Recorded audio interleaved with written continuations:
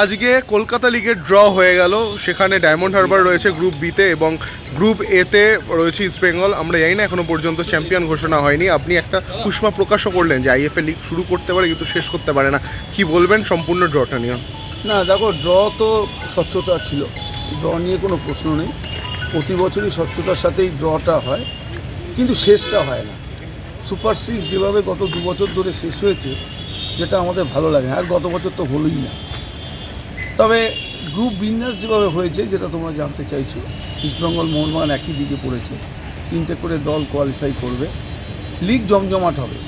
আইএফএর কাছে আমার অনুরোধ যে লিগটাকে যেন ঠিক সময় মতো শেষ করা হয়। লিগটাকে টেনে নিয়ে যাওয়ার কোনো মানে হয় না।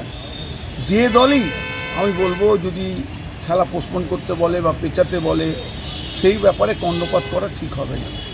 খেলাটা খেলার মতো করে খেলতে হবে এবং কোনো দলের চাপের কাছে আইএফএ যেন নতি স্বীকার না করে। এটাই হচ্ছে আমার বক্তব্য। কলকাতার ফুটবল যদি না এগোয়, দেশের ফুটবলও কিন্তু এগোতে পারবে না। মানুষটা একটা জিনিস আমরা দেখলাম, সকলের সামনে ড্রটা হলো।